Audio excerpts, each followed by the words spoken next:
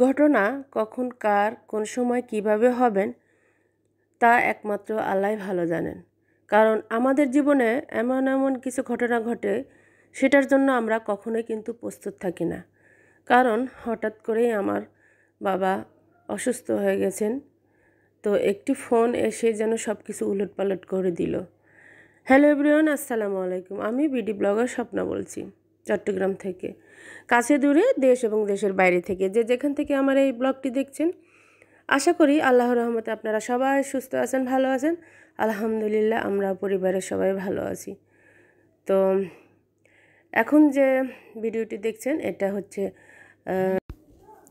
তো হঠাৎ করে একটু মানে বোনের বাড়িতে যাওয়ার জন্য প্রিপারেশন নিচ্ছিলাম। তো একটু মিষ্টি যা যা কেনা দরকার সেগুলো কিনছিলাম। আর এটা হচ্ছে আমার বোনের বাড়িতে যাওয়ার আগের একটা ভিডিও। তো আমি একটু আমার মেয়ের রুমটা একটু একটু গোছানোর চেষ্টা করছিলাম, কারণ ওর রুমটা একটু ময়লা হয়ে গিয়েছিল।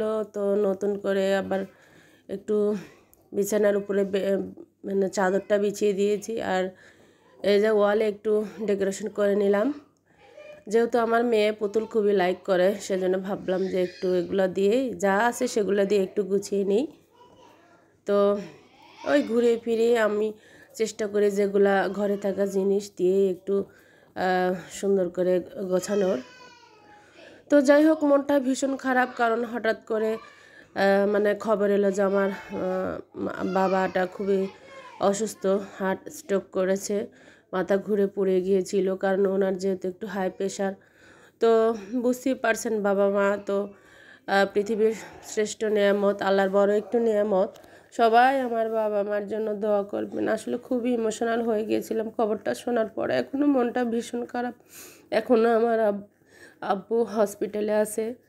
তো কি বলবো, মনটা ভীষণ খারাপ। কারণ এরকম খবর শুনলে হয়তো আমার মনে হয় সবারই মন খারাপ থাকার কথা। যাই হোক, আল্লাহর কাছে দোয়া করছি যাতে আমার আব্বুটা তাড়াতাড়ি সুস্থ হয়ে যায়। তো সবাই একটু বেশি বেশি আমার আব্বুর জন্য দোয়া করবেন। তো যাই হোক, সংসার যাওয়ার আগে যে কাজগুলো আমি করে রাখি সেগুলি আপনাদের সঙ্গে একটু শেয়ার করার চেষ্টা করছি। এই যে ওয়ার্ডরোবের উপরে একটু ভালোভাবে ক্লিন করে একটু গুছিয়ে নিয়েছি। আর বেড়াতে যাওয়ার আগে আসলে সংসারের যে কাজকর্মগুলো থাকে ওগুলো যদি ভালোভাবে করে না যাওয়া যায় তাহলে এসে মানে মানে আমার কাছে বিরক্ত লাগে। তো আমি সেই জন্য একটু এই যে ওয়ার্ডরোবটাও একটু পরিষ্কার করে নিচ্ছি। আসলে রোডের পাশে বাসা হওয়াতে খুবই ধুলোবালু মানে হয়। তো একটু ভেজে একটা ন্যাকড়া দিয়ে আমি একটু মুছে নিচ্ছি। তো যাই হোক, তো আসলে আমাদের জীবনটা বড়ই অদ্ভুত। কখন কার জীবনে যে কোন সময় কোন দুর্ঘটনা ঘটে আসে চলে আসে সেটা কিন্তু একমাত্র আল্লাহই ভালো জানেন। তো কখনো কল্পনা করিনি এরকম একটা ঘটনা শুনবো, প্রস্তুত ছিলাম না। তো দুই বোন তো একসঙ্গে আছি, অনেক কান্নাকাটি করেছি, নামাজ আদায় করেছি, বাবার জন্য নিয়ত করেছি রোজা রাখবো, দান খয়রাত করব। তো যতটুকু করা দরকার করছি। তো ইনশাল্লাহ সময় পেলে যাওয়ার চেষ্টা করব, কারণ মনটা খুবই ছটফট করছে, বুঝতেই পারছেন। মানে পৃথিবীতে আপনজন বাবা মা ছাড়া আমার মনে হয় না আর কেউ আপন হতে পারে। যাই হোক, যাওয়ার আগে খুবই তাড়াহুড়া ছিল, কারণ দেরি হয়ে গিয়েছিল। বিকেলবেলা রান্নাবান্না করেছি, ঘর সংসার কাজকর্ম করেছি। তো দুই দিনের জন্য কিছু কাপড় তোলার দরকার ছিল, সেগুলাই উঠিয়েছি। বাকিগুলো আপনাদের সঙ্গে শেয়ার করতে পারিনি। আর এই বাজার সদাইগুলো আমার হাজব্যান্ড এনেছিল, যেগুলো দরকার ছিল। তো একটু বাড়তি এনেছিল। তো ভাবলাম যে বাড়তি যেগুলো সেগুলো একটু এভাবে আমি গুছিয়ে নিই। জায়গার জিনিস জায়গায় যদি না গোছাই তাহলে কেমন যেন এলোমেলো হয়ে যায়। তো সেই জন্য গোছানোর চেষ্টা করছি। তো ওভারঅল আমার ভিডিওর কোনো অংশ যদি আপনাদের কাছে ভালো লাগে তাহলে প্লিজ আপনি চাইলে একটা লাইক দিয়ে ভিডিওটি কন্টিনিউ করে যাবেন। আর যদি বেশি ভালো লাগে তাহলে আমার চ্যানেলটি সাবস্ক্রাইব করে আমার সঙ্গে থেকে যাবেন। আর অলরেডি এই কাজটি যারা করে দিয়েছেন তাদেরকে জানাই অসংখ্য ধন্যবাদ, অনেক অনেক ভালোবাসা এবং দোয়া। তো ভিডিওর মধ্যে কোনো ভুল ত্রুটি হলে প্লিজ আপনারা ক্ষমা সুন্দর চোখে দেখবেন। আর আবারও বলছি, ভিডিওটি স্কিপ না করে শুরু থেকে শেষ পর্যন্ত দেখবেন। তো যদি টেনে টেনে দেখেন তাহলে তো কোনো কিছুই বুঝতে পারবেন না। তো আপনার মূল্যবান মতামত কিন্তু আমাকে কমেন্টের মাধ্যমে জানাতে পারেন।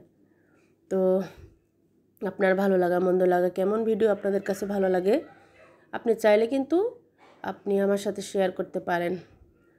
তো যাই হোক, যারা যারা আমাকে সাপোর্ট করছেন, সাপোর্ট দিচ্ছেন, তাদেরকে অন্তর থেকে অনেক অনেক দোয়া। আমিও চেষ্টা করব ইনশাল্লাহ আপনাদের সঙ্গে থাকার।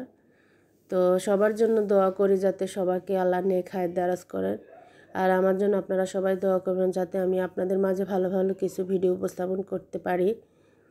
তো যাই হোক, তো এখন এই যে একটু ডালগুলা উঠিয়ে নিচ্ছি। তো আজকে রান্নাবান্না শেয়ার করব না, কারণ যেহেতু বুঝতেই পারছেন কোথাও যাওয়ার আগে রান্নাবান্না সহজভাবে যেটা করা দরকার আমি সেটাই করার চেষ্টা করি। তো বাটা মাছ ছিল, লাউ দিয়ে রান্না করে দিয়েছি, আর কিছু তরকারি করা আছে, তো গরম করে আমার হাজব্যান্ড খাবে, আরও বেশিরভাগ বাইরেই খেয়ে নেয়। তো যাই হোক, আর নিজেও রান্না করতে জানে, ও রান্না করে খেয়ে নিবে। তো আর এটা ছিল আমার বোনের বাড়ির একটা ভিডিওর অংশ। তো একটু যে পুঁটি মাছ, তাজা মাছ ছিল, তো এগুলো একটু আমি ভাজি করে নিচ্ছি। তো আমার বোনের যেহেতু ছোটো বেবি আছে আর দিনটা ছোটো তাড়াহুড়া হয়ে যায়, তো আমি ভাবলাম যে আমি একটু হাত দিই। তো আসলে হেল্প না করলে তো হয় না, টুকটাক করি আর কি, বেশিরভাগ কাজ ওই করে। তো দুই বোন একত্রে হয়েছে, খুবই ভালো লাগছে। বোনের মেয়েরা, আমার ছেলে মেয়েরা একত্রে হয়েছে, ওদের ভালো দেখে আমারও ভালো লাগছে। মন খারাপের মাঝেও কিছু ভালো লাগে আপনাদের মাঝে শেয়ার করলাম। জানি না আমার ব্লগটি আপনাদের কাছে কেমন লেগেছে। যদি ভালো লাগে তাহলে প্লিজ আবারও বলছি একটি লাইক দিয়ে ভিডিওটি কন্টিনিউ করে যাবেন। আরও যা ছিল যেমন ছিল সেভাবে সার্ভ করেছে, আপনারা মনে কিছু নেবেন না, কারণ বেবি নিয়ে আসলে তেমন মানে আয়োজন করা সম্ভব হয় না। আর আমি বললাম যে না, ছোটো মাছ খুবই মজার, এই যে ডাল ছিল, আর আগের একটু চিকেন ভাজি, আর কি লাগে বলেন। আর খাবারগুলো খুবই সুস্বাদু হয়েছিল। তো সবাই কি সুন্দর মতো একসঙ্গে বসে খাবার খাচ্ছে, আমার তো দেখে মনটা জুড়িয়ে গেল। তো অনেক দিন পর বোনের বাড়িতে এসেছি, একটু কিছু সময় পার করছি, ভালোই লাগছে। তো আপনাদের মাঝে আমি তুলে ধরার চেষ্টা করলাম। তো প্লিজ আপনারা বাজে কোনো কমেন্ট করবেন না, সুন্দর একটি মূল্যবান কমেন্ট করে আমাকে আমার সঙ্গে থেকে যাবেন। তো কথা বলতে বলতে আমি ভিডিওর একেবারে শেষ পর্যায়ে চলে এসেছি। তো এটা ছিল বিকেলবেলা, তো একটু নাস্তা খাওয়া দরকার, অনেক খাবার খাচ্ছি এখানে এসে, মাশাল্লাহ খাবারগুলো খুবই টেস্ট ছিল। তো আবারও বলছি, যদি ভালো লাগে সাবস্ক্রাইব করে আমার সঙ্গে থেকে যাবেন। আজকের মতো এ পর্যন্ত, দেখা হবে, কথা হবে নেক্সট কোনো ভিডিওতে। ততক্ষণ পর্যন্ত সবার সুস্বাস্থ্য কামনা করে আমি এখানেই বিদায় নিব। তো যে মজা, এটা আমার বোনের জামাই, আর এই যে আমার বোনের ছেলে ছোট্ট বাবু, আমার প্রিয়, আমার রাফিন সোনা।